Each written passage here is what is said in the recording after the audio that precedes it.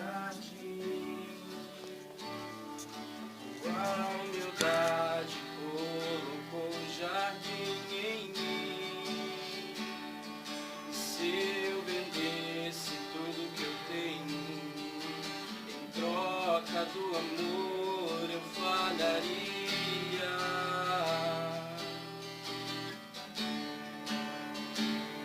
Pois o amor não se compra,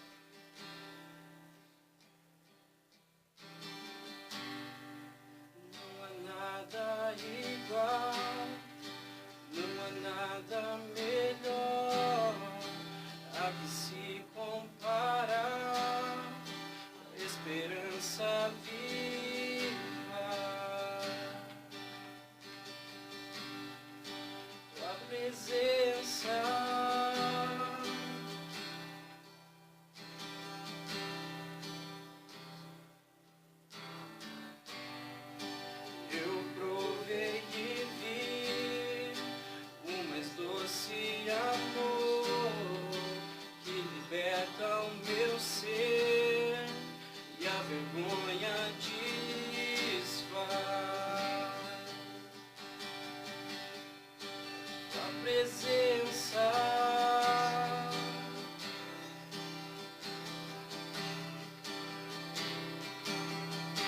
Santo Espírito, és bem-vindo aqui. Vem inundar, encher esse lugar. É o desejo do meu coração, sermos inundados por tua glória, Senhor.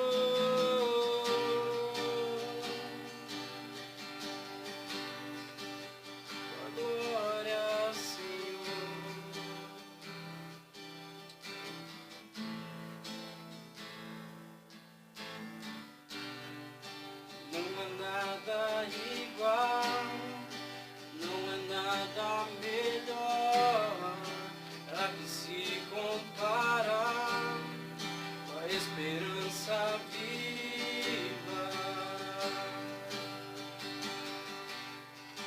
Tua presença,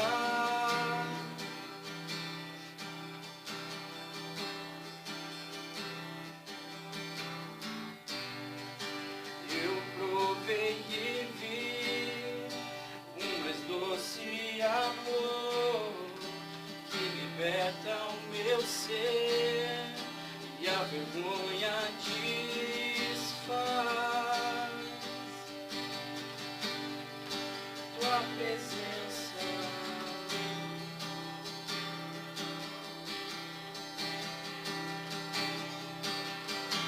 Santo Espírito, és bem-vindo aqui. Vem inundar, encher esse lugar. É o desejo do meu coração, sermos inundados por tua glória, Senhor. Santo Espírito, és bem-vindo aqui. Vem inundar, encher esse lugar. É o desejo do meu coração, sermos inundados por tua glória, Senhor.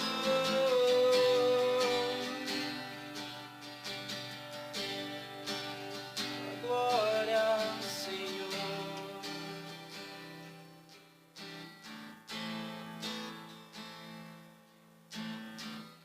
Vamos provar o quão real é tua presença. Vamos provar tua glória e bondade. Vamos provar o quão real é tua presença. Vamos provar da tua glória e bondade. Vamos provar o quão real é tua presença.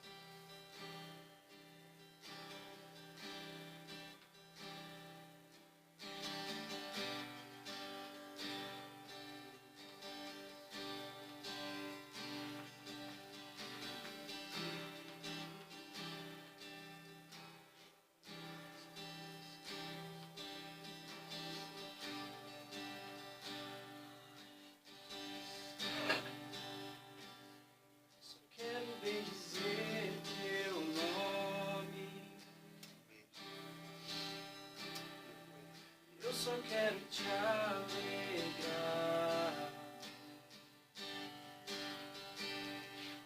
e mover teu coração, Deus,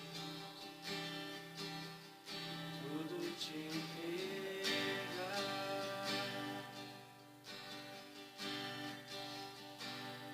Só quero bem dizer teu nome, eu só quero te alegrar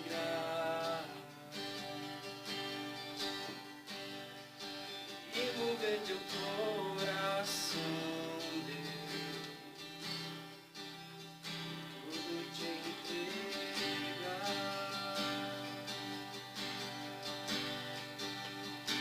Teu prazer, Senhor, tua vontade é que eu existo. Tu és digno,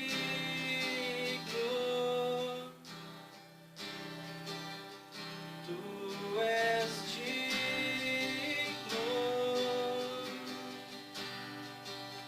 ao teu prazer, Senhor, e tua vontade é que eu existo. Tu és digno,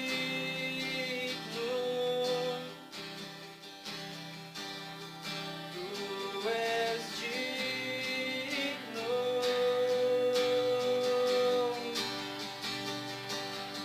Pra te adorar eu vivo, pra te adorar eu vivo só pra ti.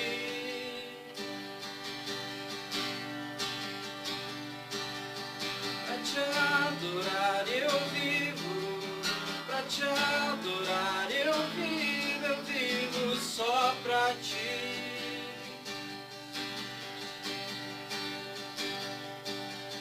Pra te adorar eu vivo, pra te adorar eu vivo só pra ti.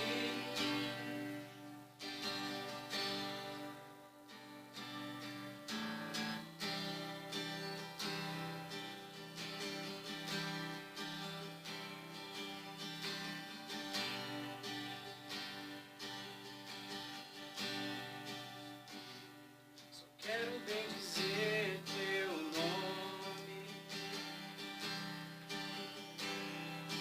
eu só quero te alegrar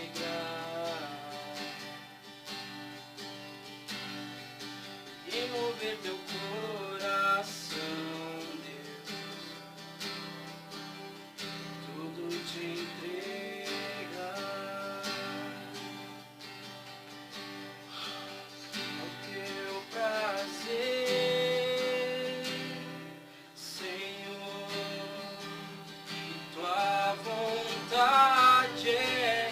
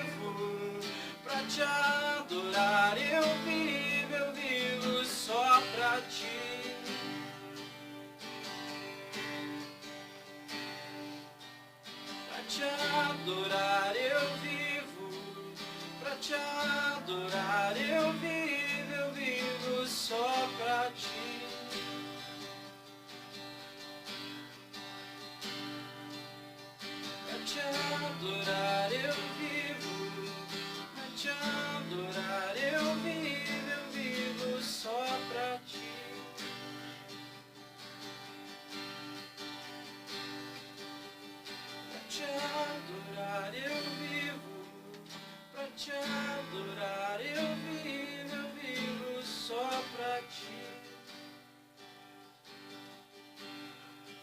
A teu prazer, Senhor, tua vontade é que eu existo.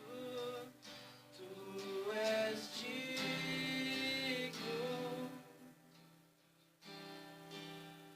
Tu és digno.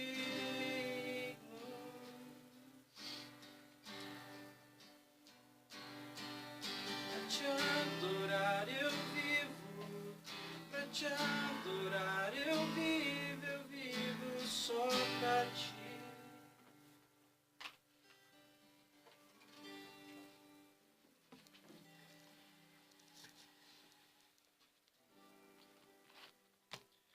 Feche teus olhos aí onde você está.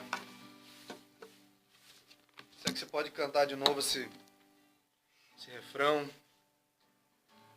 E dizer que é para adorar a Deus que você existe.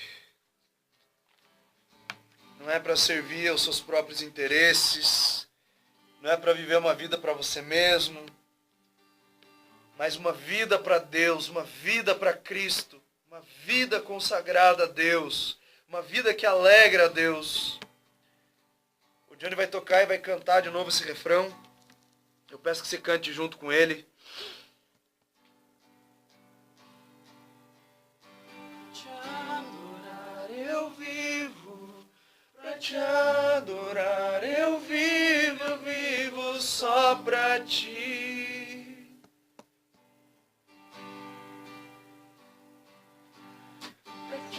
Adorar eu vivo, pra te adorar eu vivo só pra ti. Pra te adorar eu vivo, pra te adorar eu vivo só pra ti. Sim, Pai, nós vivemos para te adorar. Para a glória do teu nome, Pai. Que as nossas vidas tragam a tua vida, ó Deus, aonde nós formos, ó Deus. Que nós revelemos a tua pessoa, que nós revelemos a tua bondade, a tua majestade, Senhor, aonde a planta dos nossos pés pisarem, Senhor. Queremos ser mais parecidos contigo, ó Deus. Queremos amar como o Senhor ama, viver em santidade como o Senhor é santo. Pai, eu oro por esses jovens que se reúnem aqui, Pai. O Senhor sabe, às vezes, tantas máscaras que existem na vida de cada um.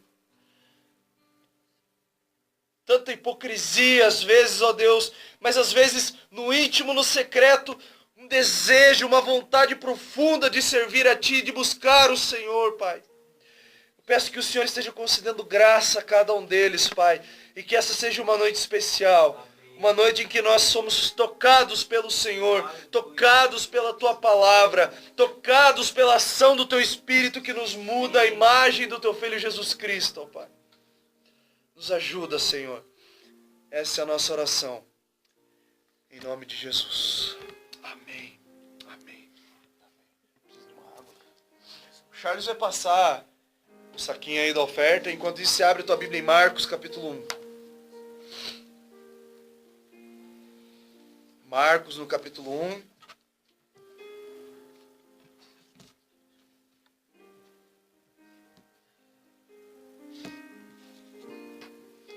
Amém.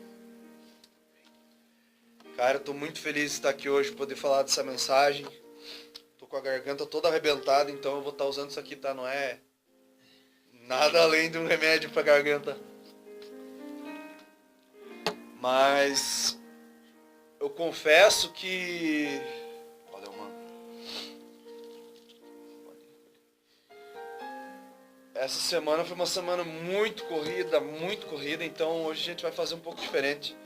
Eu vou tentar mais trocar uma ideia com vocês sobre o texto do que dar, sei lá, uma explicação ou algo mais profundo. Até porque eu já falei dessa mensagem. A gente não tem arte, né? Fazer o quê? Estamos sem arte, mas enfim, vai jogar na TV. Mas, cara, eu lembro que a penúltima mensagem minha no Estação Team, para os adolescentes ali, foi sobre esse tema. Então você que veio, você vai lembrar. O tema dessa mensagem é a tentação do rei. E nós vamos falar sobre a tentação de Jesus hoje. Sobre a realidade daquilo que foi a tentação, o porquê da tentação. Então eu queria que você lesse o texto comigo. Lá em Marcos capítulo 1, versículo 12 e 13. Marcos capítulo 1, versículo 12 e 13. Eu vou ler na Nova Versão Transformadora. Diz assim, ó.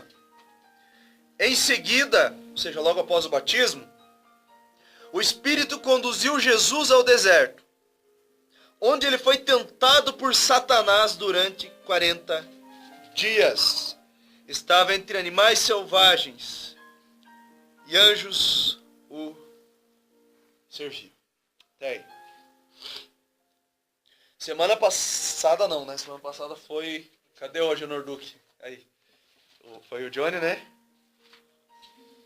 Que pregou, foi uma bênção. Nossa, quem estava aqui viu. Foi surreal mesmo. É só aquilo que a gente vive na célula, né? Quem vai na célula, vê aí, né? O que aquele cara esconde ali, né? Mas enfim. Na última mensagem da nossa série de Marcos, a gente falou sobre o batismo de Jesus. A gente viu que o batismo de Jesus foi o momento em que Jesus disse o quê? Disse sim para Deus. Jesus estava possibilitando toda a humanidade a dizer sim para Deus. A viver uma vida com Deus. Possibilitando que nós nos relacionássemos de novo com Ele. E aí nós lemos o livro de Romanos também, no capítulo 5, na Bíblia a Mensagem, que explicou bem essa parte sobre o não que Adão disse pecando e o sim que Jesus disse se batizando e cumprindo plenamente a vontade de Deus. Então, logo após o batismo, logo após tudo isso que a gente conversou, vem o momento em que Jesus foi conduzido ao Espírito pelo deserto para ser tentado pelo diabo ou por Satanás, pelo capiroto, né? Como você quiser chamar ele aí, né? O inimigo, sei lá, do jeito que você quiser. E, cara, algumas coisas a gente tem que ter em mente para entender esse texto assim de cara. Primeiro, quem levou Jesus para o deserto? Onde Jesus foi tentado, que é o deserto? E terceiro, quem estava no deserto para tentar Jesus? Para tentar Jesus. Então, a primeira pergunta que a gente vai conversar é quem levou Jesus para o deserto. O texto diz, no verso 12, em seguida o Espírito conduziu Jesus ao deserto. Outras versões diz o Espírito levou Jesus para o deserto. Outras compeliu, como se pegasse na mão e levasse. E aqui a gente vê duas coisas. A primeira delas é que Jesus, opa, quase saiu um Jesus aí, né? Jesus era um cara o quê? Guiado pelo Espírito Santo. Jesus não era um cara que simplesmente achava que sabia das coisas, achava que porque via uma vida 24 horas por dia enfiado dentro de uma religião, ele podia e sabia como fazer as coisas, o que fazer no momento certo, e a hora que der certo eu faço, a hora que não der eu não faço. Quando acontecer isso, cara, liga essa luz aqui pra mim, alguém, por favor. Esqueceram de ligar, tá ruim pra mim enxergar todo mundo aí. Eu já não tenho, meu olho tem problema com luz, mas enfim. Voltando. Cara, Jesus não era esse cara que ficava assim, eu vou... Melhorou aí? Estão me vendo melhor? Jesus não era um cara que achava que sabia das coisas. Jesus não era um cara que vivia a vida dele do jeito que ele bem entendia. Jesus não era um cara que simplesmente pegava, hoje me deu na telha, eu vou fazer isso, amanhã eu vou fazer aquilo. Jesus, da mesma forma, não era um místico, um cara que simplesmente vivia numa espiritosfera e que a coisa acontecia, ele ia e fazia tudo porque tinha revelação e tal, não. Não. A Bíblia diz aqui que simplesmente o Espírito conduziu. Ou seja, ele foi guiado pelo Espírito Santo. Então veja, Jesus era um cara conduzido. Para ser conduzido, o que ele precisava? Ser sensível. Ser sensível a isso. Boa parte dos meus liderados, as pessoas que eu caminho junto e tal, alguns que eu mentoreio e tal, para se tornarem líderes, alguns deles já são. Às vezes eu bato o olho no cara, você tá bem, mano? Tô bem. Tá bem mesmo? Tô bem. Tem certeza que tá bem? Não, não tô. solta tudo, né? É assim ou não é? Só um disse ouvir mais um L, mas entendeu? Às vezes alguns aí por fora aí também, né? Uns que vão na célula aí, o que você tá escondendo aí, cara? Eu achei engraçado um dia que eu cheguei pro cara e perguntei se ele tinha feito alguma coisa, né? Ele falou, não, não fiz, não vou mentir pra você, eu fiz. Então, o cara já se entregou. Então, até o John tava junto esse dia, então nós tava conversando. Mas enfim, sensibilidade. Jesus era um cara sensível ao Espírito Santo. Jesus era um cara que estava aberto para aquilo que o Espírito Santo estava querendo fazer. Agora, veja bem, o Espírito Santo, que é o próprio Deus, nós sabemos que nós somos monoteístas, ou seja, adoramos um Deus só, que é constituído por 3 pessoas. Ele é um em essência, mas 3 em pessoa, o Pai, o Filho e o Espírito. Iguais, plenos em poder, glória, majestade, louvor, adoração, tudo, enfim. Se você quer saber mais, me pergunte depois, pergunte para o pastor Robson, ou estude, né? E aí você vai saber também. Além disso, estou me ligando aqui, deixa eu começar a desligar.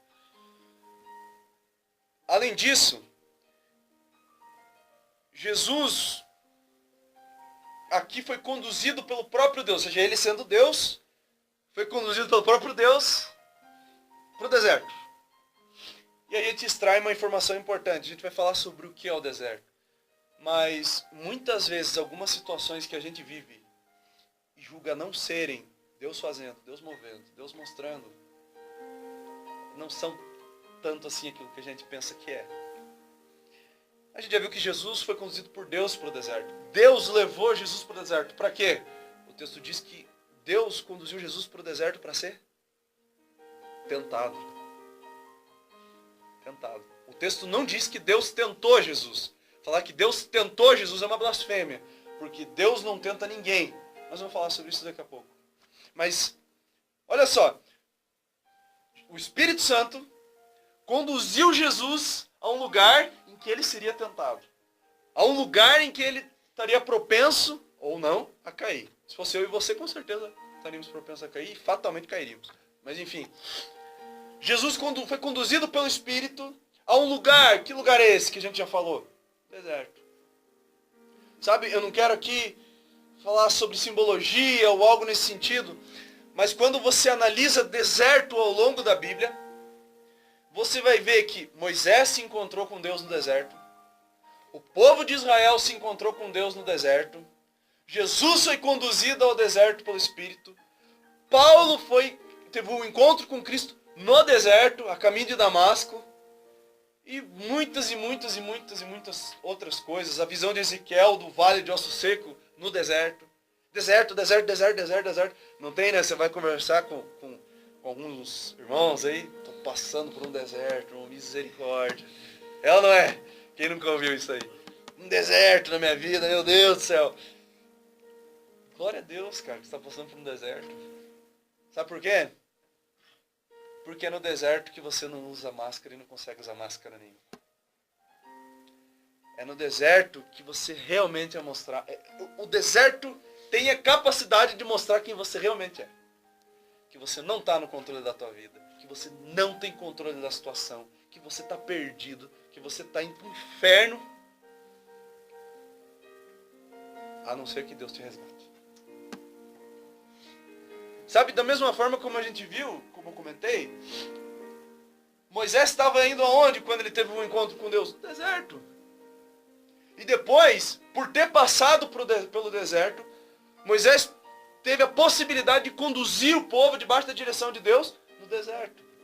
O que é interessante na história de Israel é que o encontro verdadeiro com Deus, o encontro genuíno, onde eles viam o monte pegando fogo, onde eles viam todas as maravilhas de Deus e pensavam assim, cara, nós vamos morrer. E Moisés falava, não, isso é para vocês temerem a Deus, para vocês verem que Deus é poderoso. É nesse momento que Israel tem um encontro verdadeiro com Deus. É nesse momento que a perversidade do coração dos israelitas é mostrada, trazida à tona. É nesse momento que Israel olha e fala assim, oh, Deus, eu não quero Deus não, eu quero é comer carne, eu não quero maná. Deus, a provisão de Deus só para mim não interessa. O que Deus tem para mim não interessa, eu quero o que eu tenho para mim. É isso que me importa, é isso que eu vou correr atrás. Que se dane Deus, que fique lá no segundo plano. Domingo eu vou na igreja, tudo bem, tomo ceia e tal. E não tá, gente. Não tá. O deserto é esse lugar.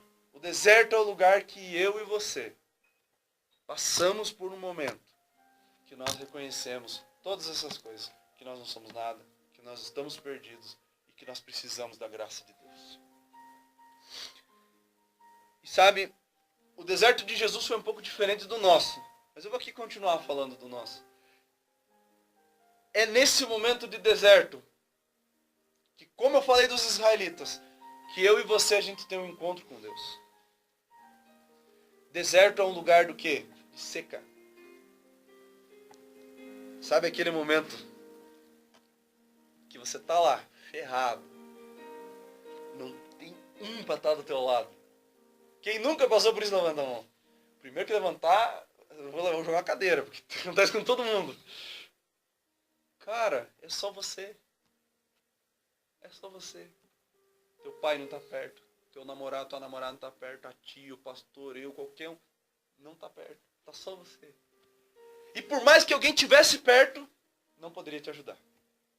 Quem nunca passou por isso? Cara, direto. Os desertos vêm na nossa vida para o quê? Para nos colocar no lugar. Nos colocar no nosso lugar. Nos colocar no eixo. Nos alinhar com aquilo que a gente tem que fazer e viver.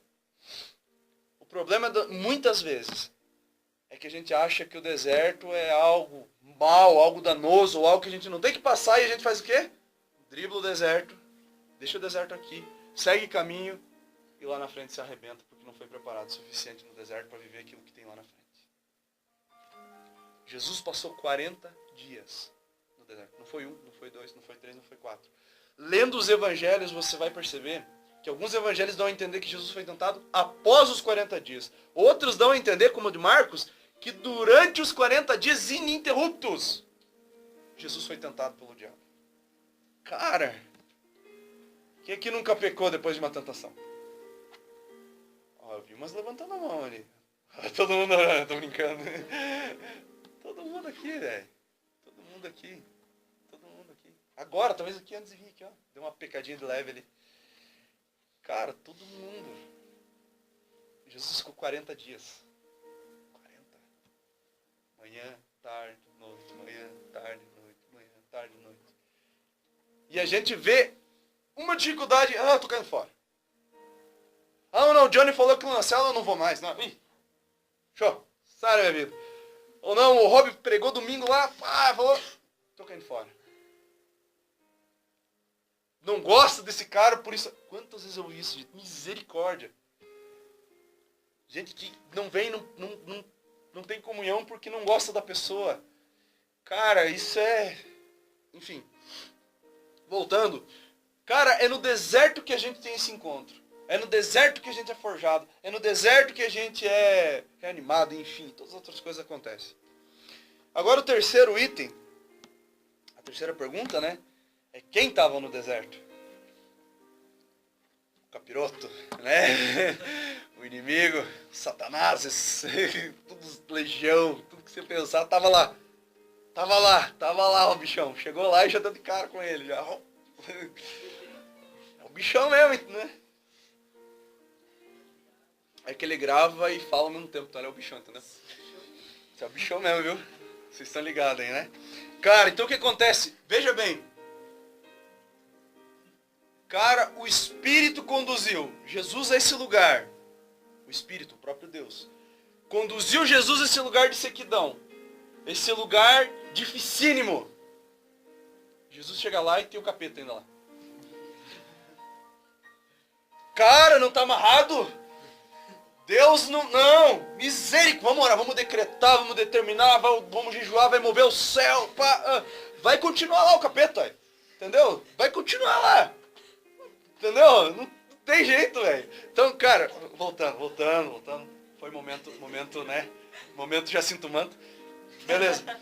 Cara, Jesus veio, passou pelo deserto, 40 dias, 40 noites, sendo tentado pelo diabo. E aqui, eu preciso falar dessa figura, desse cara chamado diabo. Eu ia falar camarada, né? Quase deu uma fala. Quase. Não ia falar camarada não, gente. Eu achei a piada engraçada. Enfim. Esse maluco aí, né? Enfim, o Satanás, o bichão, né? Tem gente que dá nome, né? Tipo, pombagira ou não sei o quê. Tem cada um. A gente tem que respeitar, cada um. Pra mim aqui é Satanás e beleza, tava Satanás lá. A palavra Satanás significa opositor. Sabe, lembra quando Jesus olha para Pedro e fala assim, arreda de Satanás. Você só pensa nas suas coisas e não nas coisas de Deus. Só pensa nas coisas do homem, não pensa nas coisas de Deus. Mateus capítulo 16. Logo depois de Jesus alguns entendem, né, que Jesus falou que Pedro era o fundamento da igreja, né, a pedra sobre a qual a igreja tinha sido fundamentada, e depois Jesus chama Pedro de Satanás. Então, tipo, a igreja está fundamentada sobre Satanás. Mas tudo bem. Segue o barco. Por que Satanás? Porque se opõe. Porque está contra. Está fluindo aqui o negócio. O camarada está aqui, ó. Indo para cá. Ele quer driblar, ele quer fazer a curva, ele quer chegar lá na frente e dar tudo certo. E não é bem assim. Não é bem assim. Voltando para o Satanás, né? Falando do Satanás. A Bíblia diz pouco e conceitua pouco sobre essa realidade do que é Satanás, o que a gente conhece na maior parte é teorias. Teoria de que um falou isso, o outro falou aquilo, o outro falou aquilo. Eu já vi gente falando de falange, pirâmide, não sei das tantas. A Bíblia não fala nada disso. Então, tudo é o quê? É superstição.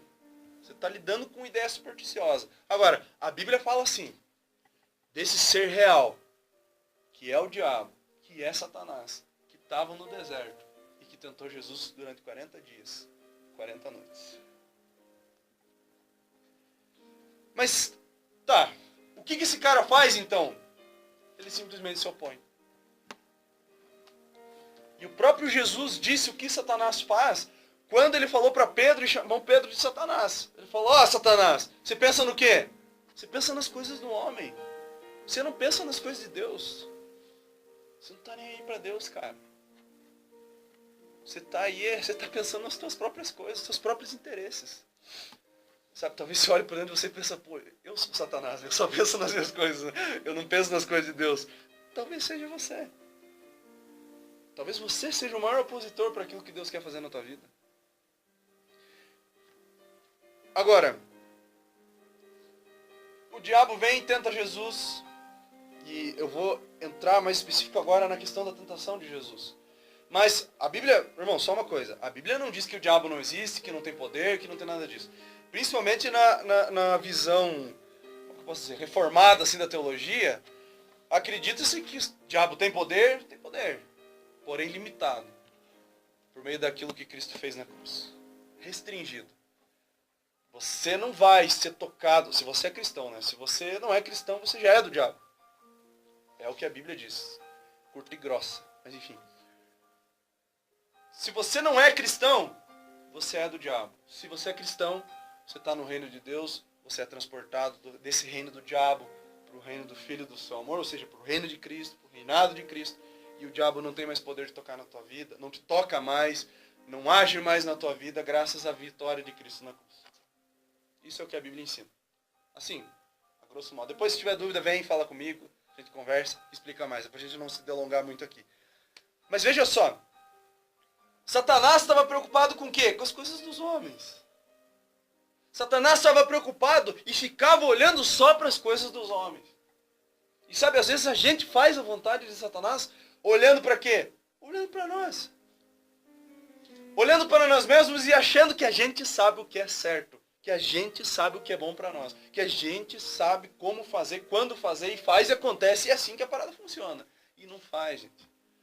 Quantas vezes e quantos de vocês aqui já quebraram a cara mais de uma vez?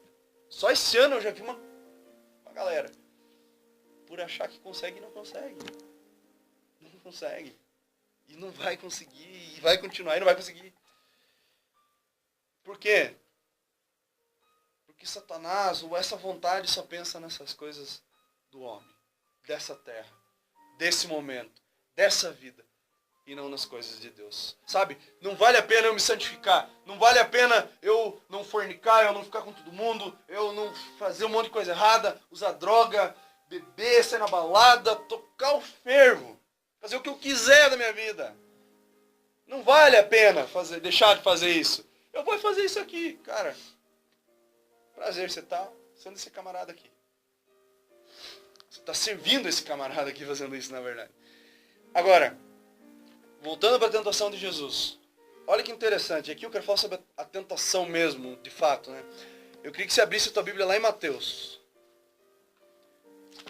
Lembra que quando a gente começou a mensagem, eu expliquei que Marcos é um evangelho sinótico. Ou seja, tem mais de um evangelho que narra praticamente os mesmos fatos que ele narra aqui. Mateus capítulo 4. Aqui a gente vai ver como é que o diabo tentou Jesus. Como isso aconteceu. Marcos capítulo 4, verso 1. Em seguida, Jesus foi conduzido pelo Espírito ao deserto para ser tentado pelo diabo. Texto que a gente já leu. Depois de passar 40 dias e 40 noites sem comer, teve fome. O tentador veio e lhe disse, ou seja, passou 40 dias, segundo esse texto, o diabo chegou e tentou Jesus. Tá, mas a Bíblia não é infalível? A Bíblia não é... Um cara está falando uma coisa e outro cara está falando outra. Bom, o importante da passagem não é quando, mas o que aconteceu.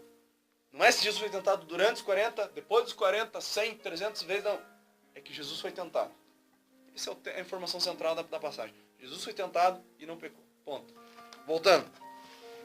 Verso 3. O tentador veio. Quem é o tentador? Quem que é o tentador, gente? Diabo, capeta, capiroco, fruto, quem quiser chamar ele aí.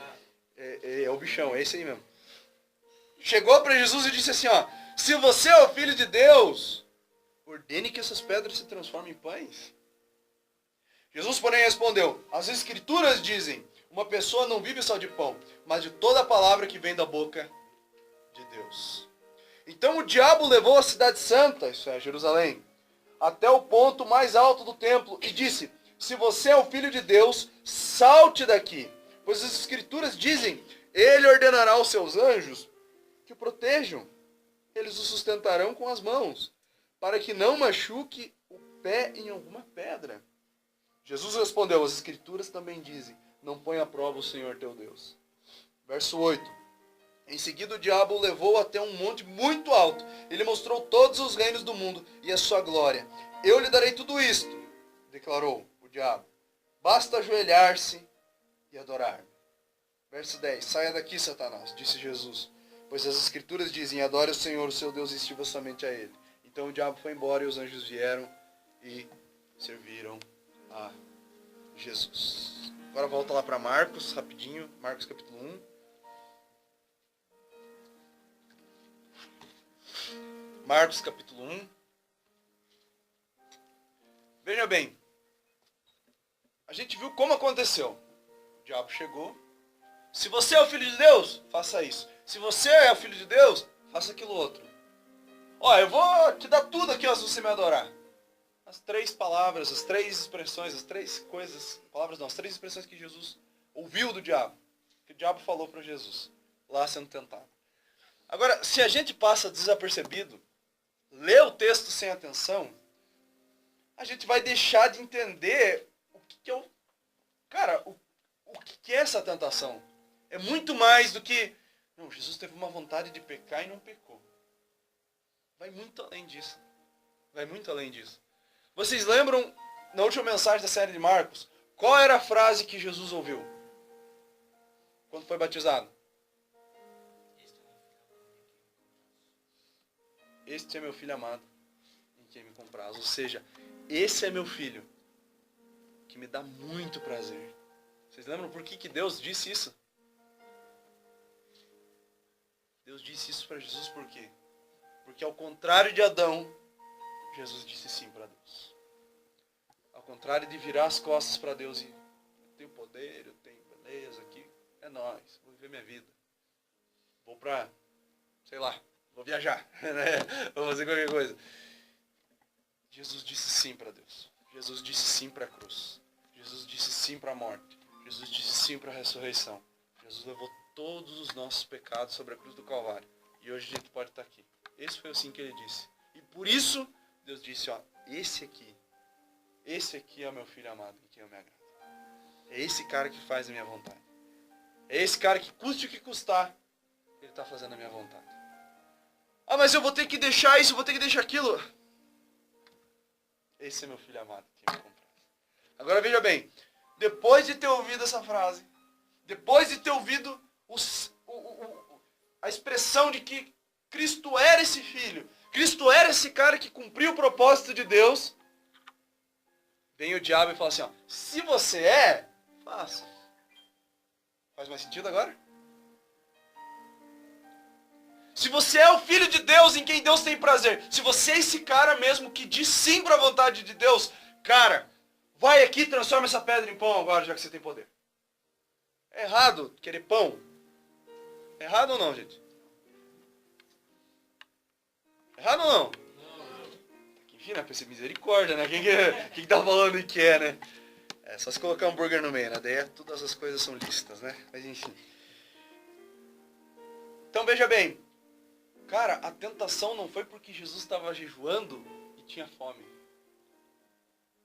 A tentação não foi porque Jesus estava naquele lugar e veio ali uma vontadezinha de fazer alguma coisa. Não. A tentação foi assim, em cheio em quem Jesus era. E sabe, da mesma forma como a tentação de Jesus é em quem ele era, as nossas tentações são assim. Por quê? É uma postura de filho desobedecer o pai? É certo o filho desobedecer o pai? O pastor Hobbes, que é pai já aqui, único entre nós, quer dizer que eu sei, né? É certo o filho desobedecer o pai ou não? Claro que não. Claro que não, gente. E ó que ele é pai de Estevão, hein? Ligado no 220. Tem autoridade pra falar. Tem autoridade. Cara, é errado o filho desobedecer o pai. Da mesma forma que ceder à tentação e conceber o pecado, é errado. É errado. É errado. É por isso que toda vez que a gente peca, o que a gente fala? Eu não sou filho de Deus. Eu quero fazer a minha própria vontade. Agora eu sou crente. Aleluia. Estou aqui no domingo. Ora, adora, levanta a mão, chora. Saiu do culto no domingo, fechou a Bíblia. Foi pro celular. Fala lá no Xvideos, né? Enfim, qualquer outro site aí que você quiser ver. Enfim, os desatualizados aí perguntem pro Fernando depois, que ele sabe o que é. Não que ele veja. Não que ele veja. Nós já conversamos sobre isso aí, ele sabe o que é. Ele acabou de perguntar, não sei, vim responder. Foi por isso que eu falei, que eu vi que ele estava respondendo. Então, voltando. Ou outro site aí, vai no Google. Até no Instagram hoje em dia, né? Quem é do capeta tá me estampando na cara. Voltando. Essa pegou mal, foi mal. Enfim. Conversando depois. Mas enfim, o cara aqui, na minha frente, na frente do Rob, quando eu falo cara, eu entendo o homem e a menina, tá? Não é só os meninos aqui, não. Pastor, minha vida tá assim, mas aleluia agora. Saiu daqui, vestiu o carapuço e o pau quebrou. Virou outra pessoa. Cara, aqui era o Paulo de Tarso. Aqui era o Pedro, aqui era o próprio Jesus. Virou aqui, virou um satanás, velho. Saiu roçando tudo que vinha pela frente. O que o cara faz quando é assim? Nega que é filho de Deus, gente. A ação dele, de hipócrita, de uma falsa espiritualidade, mostra o quê? Que ele é tudo menos filho de Deus. Sabe por que eu tô falando isso? Porque Jesus foi tentado 40 dias no deserto pelo diabo. Não cedeu à tentação. Não cedeu à tentação. E a expressão que Deus falou a respeito dele: tu és o meu filho amado, em quem me comprazo, permanece até hoje.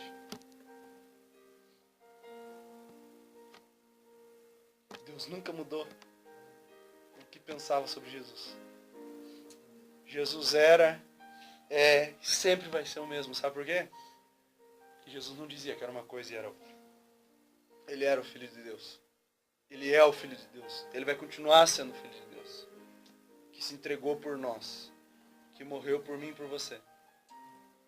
E que hoje possibilitou que nós trilhássemos esse vivo caminho. Agora eu queria que você abrisse lá em Hebreus, para a gente finalizar. Hebreus, no capítulo 4, verso 14.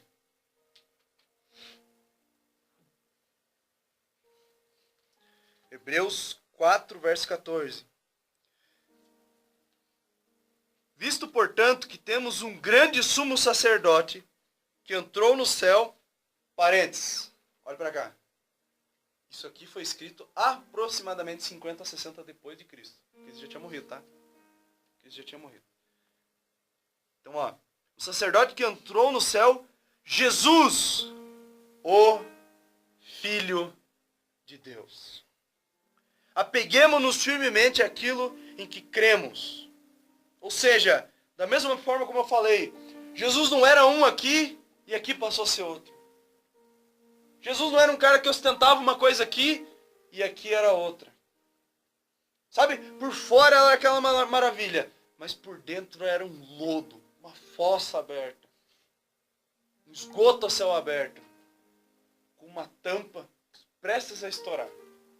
E que no momento estoura mesmo, gente. Estoura, o cara sai, faz tudo aí errado e mostra que ele realmente é. É assim ou não é? Verso 15. E aqui eu quero que você preste atenção. Nosso sumo sacerdote entende nossas fraquezas. Lê-se. Entende os momentos que nós somos tentados e no que nós somos tentados. Pois enfrentou as mesmas tentações que nós. Mas nunca pecou. Nunca pecou. Agora eu quero que você lembre lá na primeira mensagem de Marcos.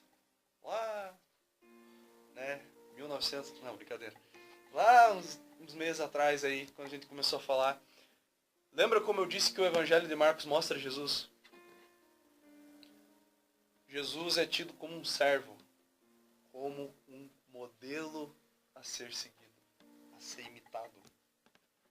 Essa não é claramente, mas é talvez uma das propostas de Marcos.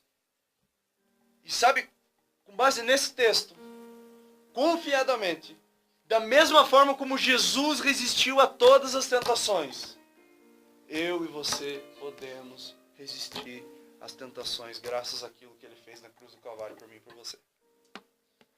Amém, irmãos? Amém. Aleluia! Oh, é coisa pra... Cara, tem igreja que se fala isso, sai correndo, vai tudo. Fica todo mundo me olhando assim. Oh, Jesus, toda estação, terra, 3 barras. É 3 barras, mas ainda é terra, tá bom? Fica perto da Argentina, mas é terra, tá bom?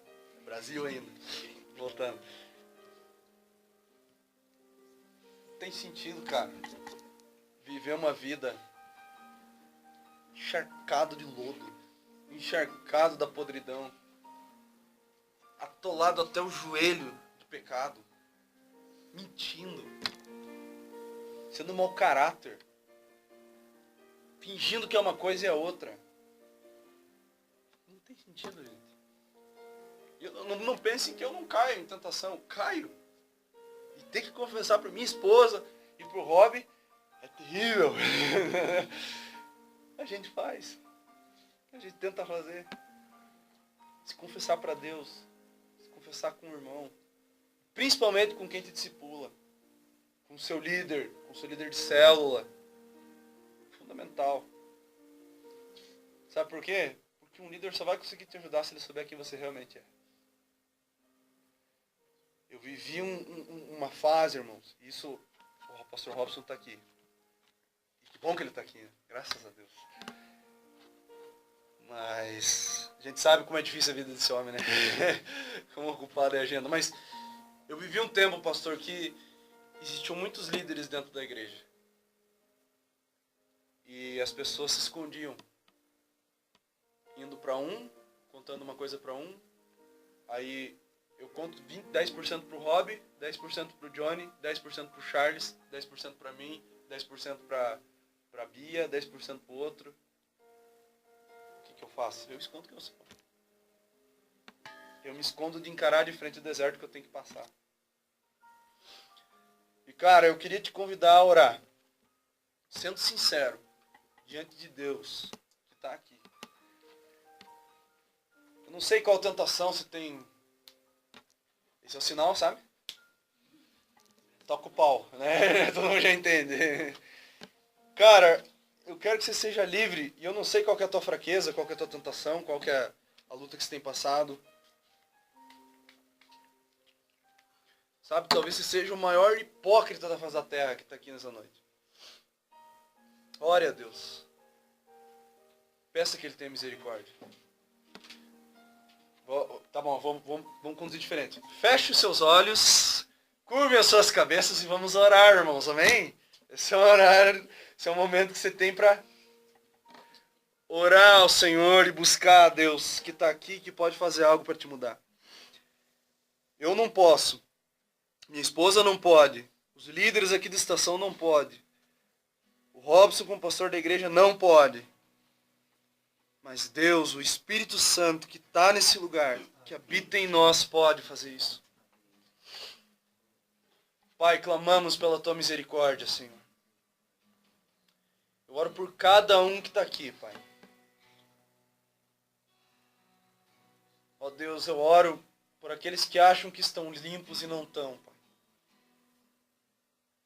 Oro também por aqueles que acham que estão sujos e não estão, Senhor. Sabemos que o Senhor trata todo mundo igual, Pai. Que o Teu Espírito auxilie, assista cada um nas tentações. Assista cada um nas fraquezas, nas angústias. E, ó Deus, que os jovens da nossa comunidade possam viver uma vida reta diante do Senhor. Uma vida que busca o Senhor. Uma vida que é transparente diante do Senhor, que não usa máscaras, que a religião lhes oferece, Pai. Jovens que não pegam atalhos, driblando o deserto, driblando a realidade espiritual que eles têm que passar, Senhor.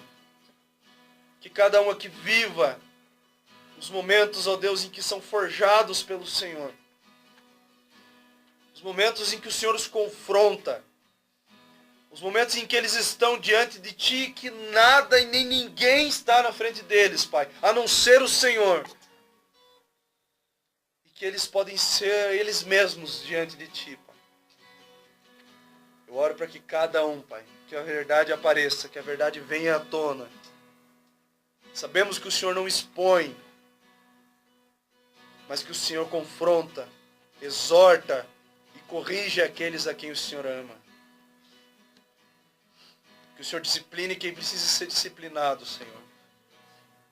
Que o Senhor tenha misericórdia nas disciplinas. Que o Teu favor, a Tua graça e o Teu amor sejam vistos através de algumas medidas. Vistos através, ó Deus, do cuidado. Vistos, ó Deus, através das pessoas que estão aqui para ajudar cada um desses jovens, Pai. Oro para que o Teu Espírito conceda graça, unção, favor, misericórdia. E acima de tudo, o temor do Senhor, Pai. Em nome de Jesus, Pai. Amém. Mais profundo do mar,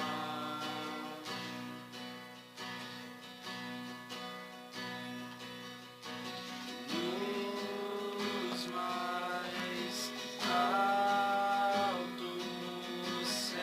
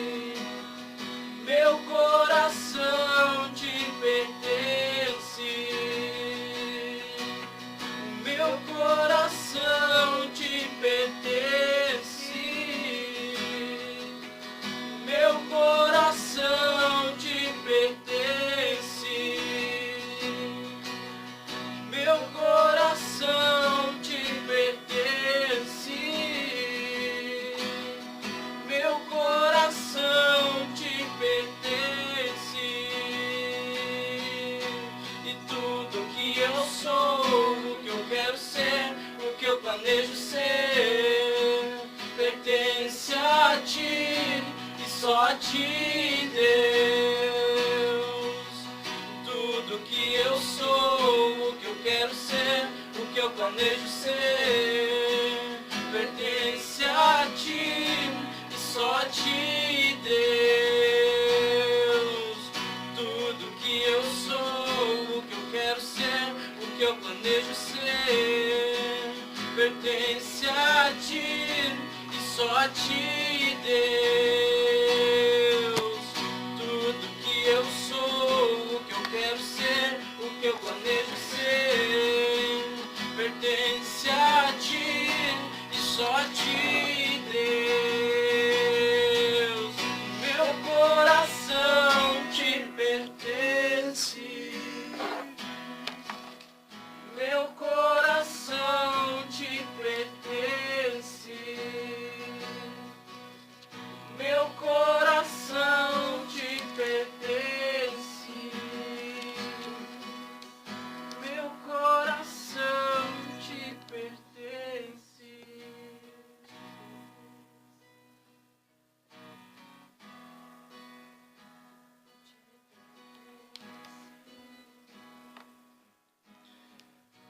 Portanto, submetam-se a Deus. Resistam ao diabo, e ele fugirá de vocês. Aproximem-se de Deus, e ele se aproximará de vocês. Lavem as mãos, pecadores. Purifiquem o coração, vocês que têm a mente dividida. Que haja lágrimas, lamento e profundo pesar. Que haja choro em vez de riso, e tristeza em vez de alegria. Humilhem-se diante do Senhor, e Ele os exaltará.